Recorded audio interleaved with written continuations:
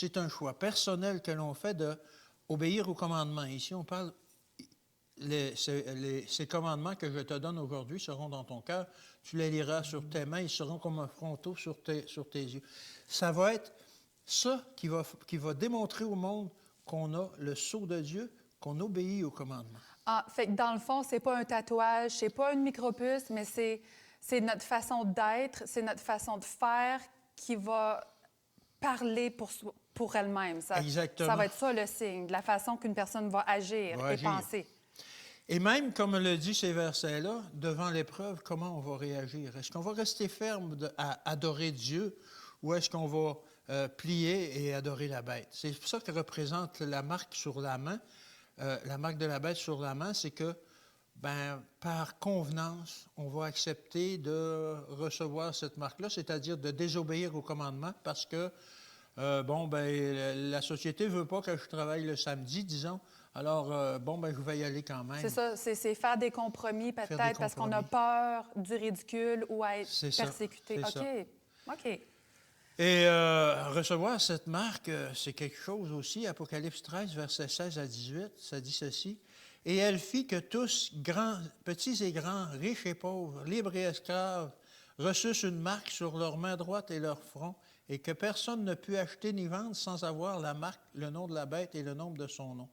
C'est ici la sagesse que celui qui a de l'intelligence calcule le nombre de la bête, car c'est un nombre d'hommes et son nombre est 666. » On n'entrera pas dans les détails aujourd'hui du nombre de son nom, le 666, mais effectivement, comme on dit, si les gens n'ont pas cette marque-là sur le front ou sur la main, la marque de la bête, il va y avoir des persécutions à la fin. On ne pourra pas acheter ni vendre. Dans le fond, notre libre arbitre va vraiment être en jeu lorsqu'on sera apporté à faire un choix, d'après ce que tu nous dis avec la Bible.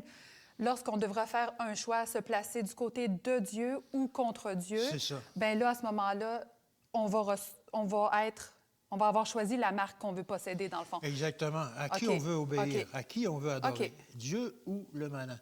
Et puis, il y en a beaucoup qui vont dire, c'est une puce électronique, et puis moi, je vais refuser qu'on m'insère une puce électronique. Mais j'ai une petite nouvelle pour vous autres, pour toi peut-être. C'est quoi? On a plein de puces électroniques dans notre portefeuille. Oui, puis mes chiens en ont aussi. En plus? Ouais. Peut-être qu'ils vont désactiver les puces de tes chiens.